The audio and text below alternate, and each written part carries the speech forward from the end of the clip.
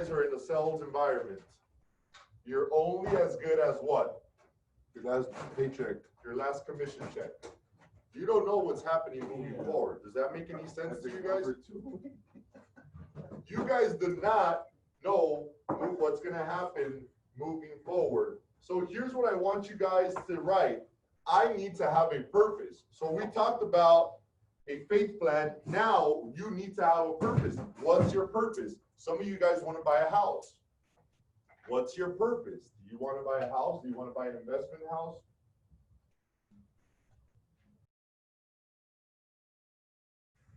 And then the last part of this is your imagination. What's your imagination? And how are you allowing your motivation, your imagination to develop promptly? Does that make any sense to you guys? So try to take as many notes as you guys can potentially take.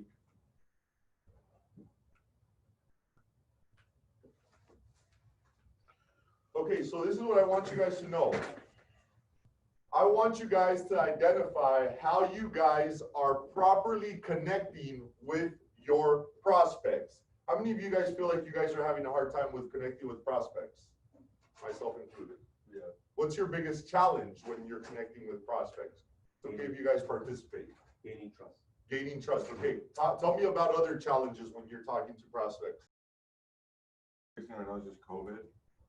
The biggest thing is COVID right now. Yeah, So what objections are you getting with COVID? Well, maybe we should just wait till things settle down, Okay. or We're waiting for the market maybe to it's crash. not safe. So it's not safe if we go get pre-qualified. Right. You know, blah blah blah, this and that. They So- can give you the runaround. Like, there's 3 buyers that wanted to get pre-approved in the last like 3 to 5 weeks, I would say. And for one reason or another, it's like, oh, you come to our house. Maybe it's not good if you come to our house. Just give us a few weeks, maybe we'll wait off, Okay. stuff like that. So let me give you an example let me explain to you connecting with your prospect. Right now, I asked you guys, what's your biggest challenge with connecting with your prospect? And what I heard from you were objections. Does that make any sense to you guys? You guys gave objections to what your prospects have been telling you guys. So in connecting with your prospect, we learned yesterday that you are just reminding people that you are still there. So when you connect with a prospect, David might not be in that buying window, but his objection shouldn't discourage me from constantly reminding him that, hey, David, I'm still here. Because you know why? I'm feeding his subconscious. And by feeding his subconscious, when David returns to that buying window, guess who his subconscious is going to remember? David is going to remember me in his subconscious, because he's like, this guy has touched me with a phone call 10 times to remind me of what's happening. Does that make any sense to you guys? So here's something that I want you guys to write down. Decision makers are extremely important in connecting with your prospects. Guys, I cannot stress out enough that every time that you're talking to somebody engaging in real estate activity, you should ask a very basic question. And that question is, will all the decision makers be what? Present there. Will all the decision makers, why? Because I have examples of it right now that we're going through. Because you want to go the first time and get it signed the first time. You don't want to go back. Okay, that's a good example. Why else? Well, because they'll have a better understanding too of what you're explaining, and they can put it all together and just make the decision there. Right, and it's going to avoid also having to return. Right. It's going to avoid you missing out on good opportunities. It's going to avoid on, hey, let's go look at the house with the wife. Now we got to take the decision maker husband. Does that make any sense? Because believe it or not, all these things are contributing factors. Now write down this statistic. How many of you guys feel behind when you guys are working? I feel behind all the time. And it's like, how is it that I feel behind and I don't feel busy enough? Like, I always feel like I'm doing busy work, but then I always feel behind. Well, here's the fact. 40% of decision makers won't even get into the decision-making position until you've reached that 10th touch. It literally takes that 10th touch for the wife to be like, Abraham has been so consistent. Now let's go and let's make a conscious decision. I'm just trying to teach you guys because I want you guys to speed up that 10 touch. If you can master the 10 touch, not 13. Just kidding. That's the end of that. I'm just kidding. Just had it one more in me. If you can master the 10 touch, and let's just say my goal all the time is like, if I know it's 10 touches, why not try to speed up touch number 10 within the first week? And believe it or not, you won't even pay attention to it, but it's like, how did you touch them 10 times, Jesse? I went to go sit with them. I was driving in the neighborhood. I stopped by to visit them. I went to the store. I picked up something that reminds me of them. I dropped it off. I email dripped them. I phone called them. I've already talked about 5 touches. And all those 5 touches can happen within a 2 to 3 week period. The average decision maker is 40 hours behind on work, home, and family related stuff. 40 hours behind. That's a whole week. That's all, exactly. That's a whole week. A whole work week, yeah. So this is why it's important for you guys to connect with your prospect on a daily until it gets converted. Because there's way too many people, and trust me, we go through this all the time. I think, David, you talked about everybody. Hey, I called them back, I called the prospect, and what did they tell you? They already bought or sold. They already bought or sold with somebody. What happened? You didn't strategize and you didn't implement the subconscious plan that we've been reading about. Because everybody works with their subconscious. Teresa, you need to trigger the person to be like, Teresa's the one calling all the time. You know why? Because when other realtors are calling, because they finally made a decision to cold call, they finally made a decision to set up some plan, and they said, I'm going to make 10 hours of cold calls.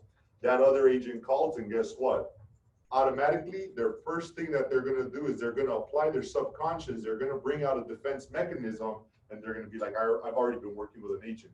Have they made a commitment to you guys? Not yet. They just want to shut the other guy up. But since the other guy is so weak at the whole prospecting and getting through decision makers, he's going to give up at the first sign of resistance, and all of a sudden, guess what? You will come in with your 10-touch process, and that's when you swoop up the deal.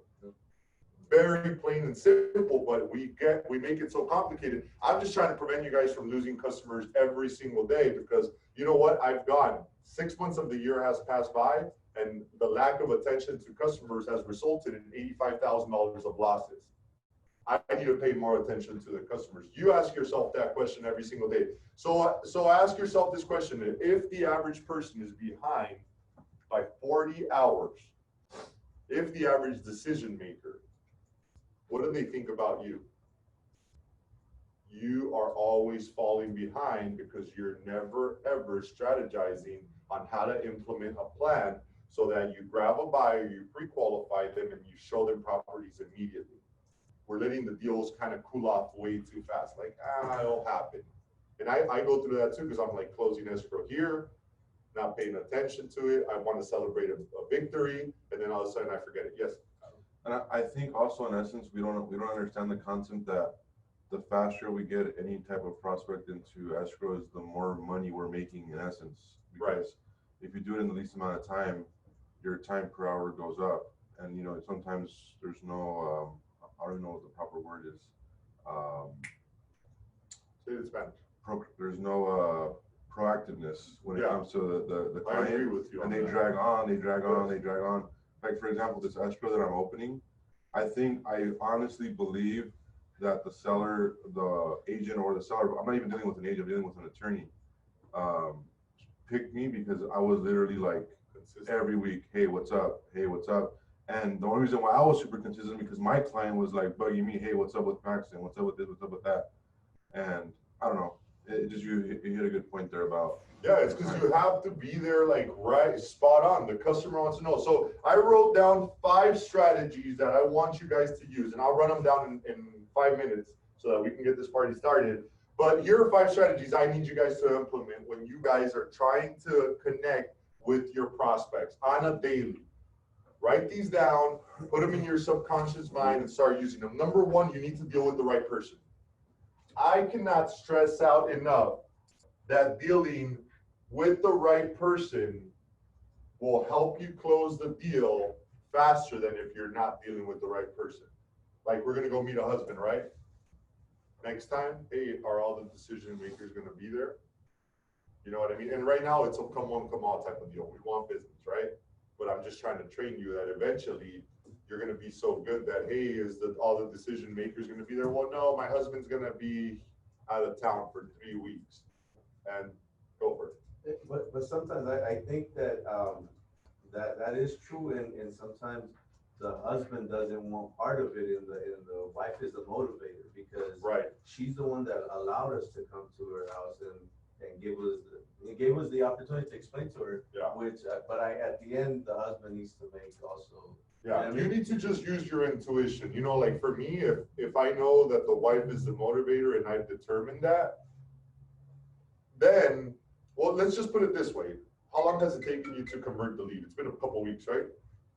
Yeah, I actually spoke to her last night at 6:30. Okay.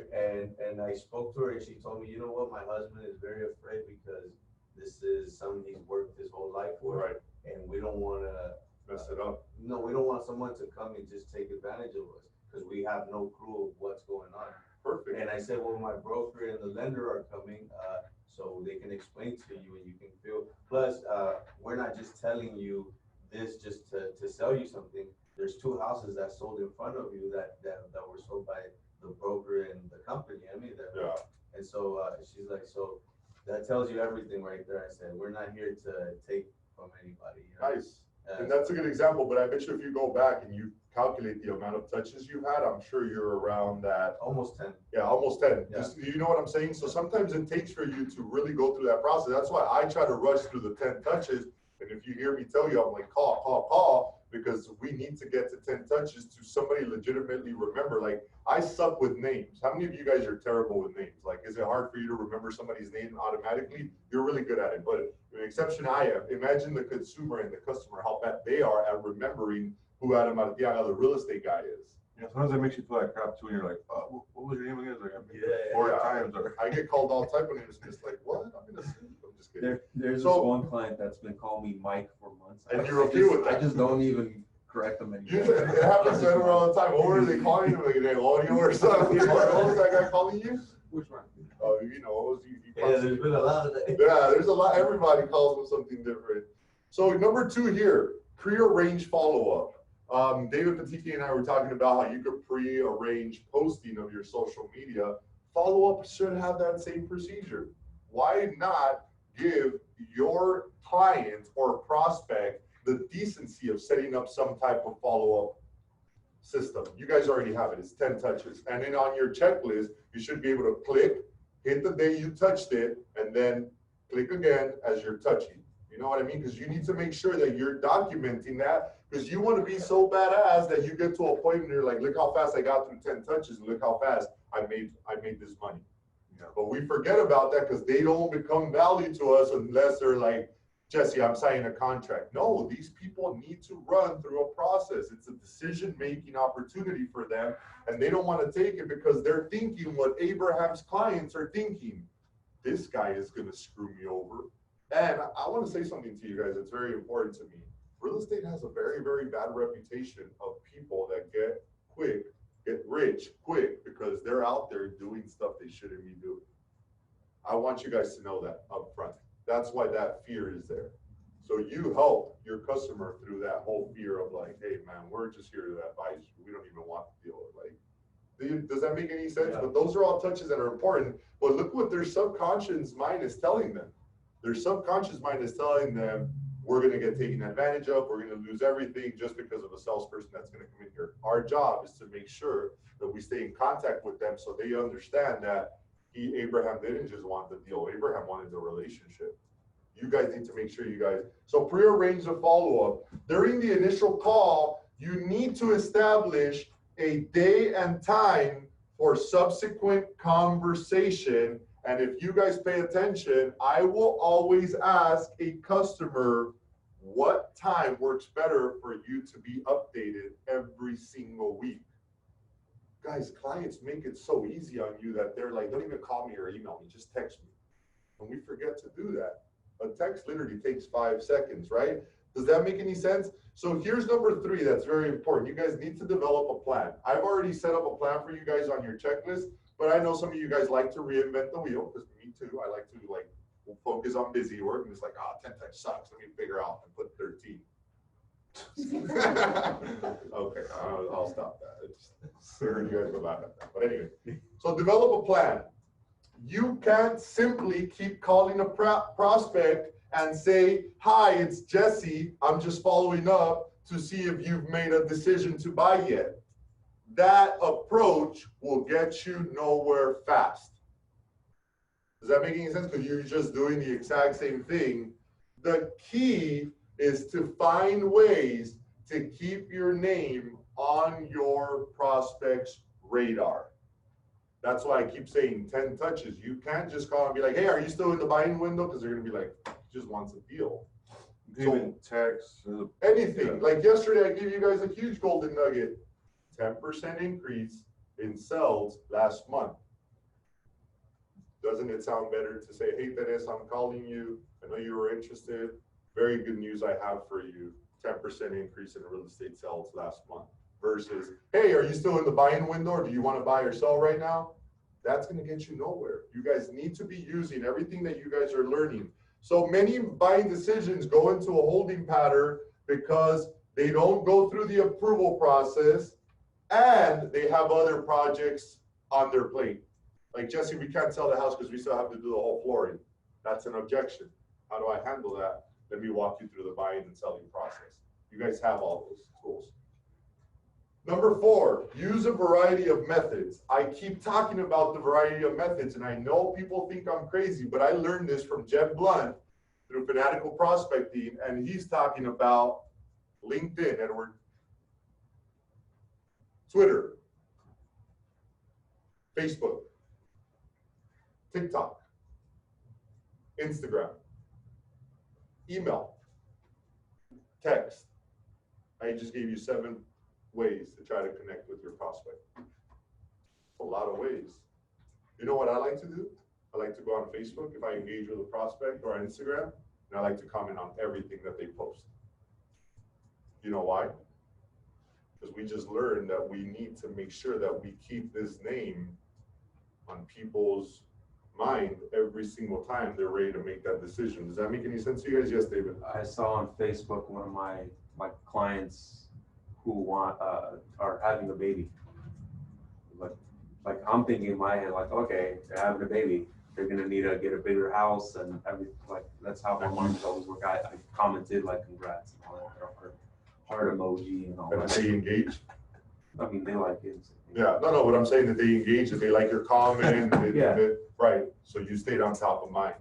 Remember, we put stuff for likes. Why not like your client's stuff? I'm just trying to give you different resources. Or Why even if it's just your random follower, like your people you're following on Instagram. Yeah. If they post like an accomplishment or something, just give it a like and give it a comment like awesome or great or. Don't like, take this personally, guys, but I'm constantly on Instagram. I'm not even watching. I'm just double tapping on everything. Yeah.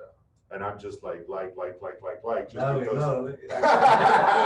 You know, It's always the first one to look. Yeah. Well, then your story's But like- I'm not even watching. It's somebody else. You know what I'm saying? Like, yeah, exactly. Well, I'm never watching. All right, so here's an example of what you can do to keep those tactics going. You should be constantly posting on Twitter, LinkedIn, and Facebook. Those 3 things. Don't stop everything you're doing today just to post on those things. I'm just saying, when you're using your time with the valuable time you have, post on all those things. Number 5, this is the most important. You guys are all resources. I hear this so often. I didn't know that about mortgages. I didn't know that about real estate. I didn't know that. Write this down. Become a resource to your customers. You need to become a resource to the prospects in order for them to engage. We're working on a very tough deal right now. And yesterday I was all like, okay, we're going to let the guy make a decision. He has to pay off about an $8,000 IRS lien. And then David comes up to me and he says to me, hey, Jesse, I know he's waiting. I'm going to call the tax people and I'm going to go after them and see what's happening. We could have stopped that deal right there. He became a resource to the customer. You've got to become a resource. Sometimes you're going to have to go dig very deep and get the information. about property permits, about things that are going on. Sometimes you have to do things that you're not getting paid for. A lot of the time. I do stuff I'm not getting paid for. My approach is like, I'm not getting paid for that. Why am I doing it? Well, do you want to close the deal? Yes or no? Yeah. But you learn eventually that I'm no longer going to be that resource. But for right now, I don't think we have that option to be like, yes. Yeah, right now, actually, today, Yeah. I'm gonna be driving out to a property I'm selling in Lancaster. We're like a week away from closing, Right. but the lender needs it's like a manufactured home on the land, and they don't have the plate outside, so I have to like go through like in the house and find the manufactured number and everything, so I can give it to the lender to fund the deal and everything. That's something like I'm not getting paid for, but I need to do it to close Yeah. the deal. And then you ask yourself, why doesn't the lender do it? Like, why isn't he out there doing it? He needs it more. But again, the approach is team environment. I'm going to get it done. So here's the last thing I want you guys to write down. A great follow-up requires the following things. Thought. You need to put a little bit of thought into your follow-up. Okay? You need to put a little bit of thought. Stop calling people just because like, oh, hey, no, put a little thought. Read the market reports. I talk to so many business owners and I'm grabbing Think and Grow Rich and I'm like, man, I hear the dialogue with some people and then I throw something from Think and Grow Rich. Like, hey, I've been reading this book that you should pick up. And it says in this chapter about auto suggestions, because sometimes a lot of negativity comes out of people's mouth. And now I'm identifying that if I talk to a buyer that's like, I'm not going to get a house, and I'm like, you already auto suggested all that. It's probably not going to work out. We're not going to get a deal. It's probably the client that's going to make me write up an offer from 550 to 500 when there's 100 offers just because he feels like he has a larger down payment. Or it's like all those guys that were like, all the houses still haven't gone down yet. They're going to go down. They're not going to go down, bro. In 2009, when I bought the property that I have on Glen Oaks, everybody kept telling me, Jesse, the properties are going to keep dropping. The properties are going to keep dropping. Just wait. They still keep saying that, and they still haven't bought a house. You know what I'm saying? So sometimes you just got to learn that the auto suggestion is going to get it. Look, here, I'll give you guys a golden nugget. If somebody that's a first-time buyer is coming to you to invest in real estate as a first-time buyer, they're probably in the wrong investment because real estate is a long-term type of thing. Unless you're flipping properties, but you guys know that it requires a lot of capital to flip properties, right? Or the right partners or the right investors. So what I like to tell people, if you're buying a house and you're a first-time buyer and you're trying to get a good deal, you're probably doing the wrong thing, and you should probably download Robinhood, the penny stock app, and invest money on that type of thing. You know what I mean? Because right now you should be looking for a primary residence so that this 30-year investment, by the time you hit 65, is completely paid off, and by the time you hit 65, you have the ability to say, I don't have a mortgage on the property. So anyway, I know it's getting late, but thought, effort is the next thing. You guys need to put an effort. If you guys don't structure in your business plan to shut up for 1 hour and focus and put thought into it, and then put the effort to call people, you're not going to get the results. And the last part, this is the most important part about you guys. We've been working on this as a cultural environment for us, but your energy is very, very important.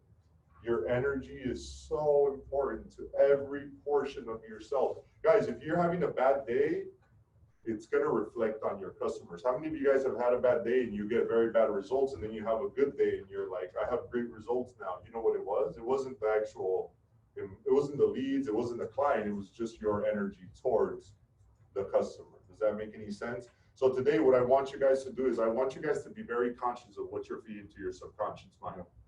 All right? So when you get those negative thoughts, have you guys heard about me talking about driving on Orion, and all of a sudden I'm thinking, damn, you're a commission-based individual. You did not get paid unless you sell something.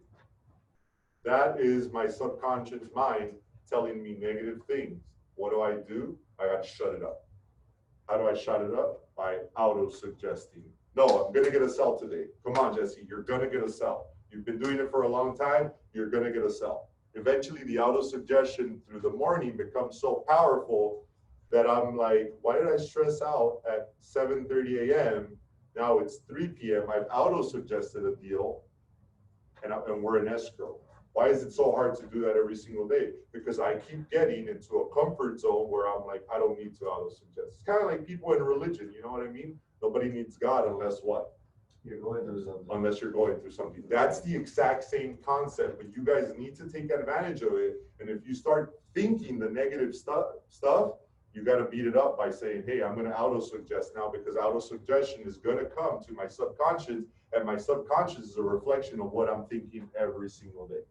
So right now, when we do our affirmations, let's plant the affirmations into our subconscious, because we have commitments that we're making every single day. I would take it a step further, and I would write down the commitments, and then I would present the commitments to family members, and then I bet you it changes the dynamic of everything that you want. So let's do that, and let's get this party started.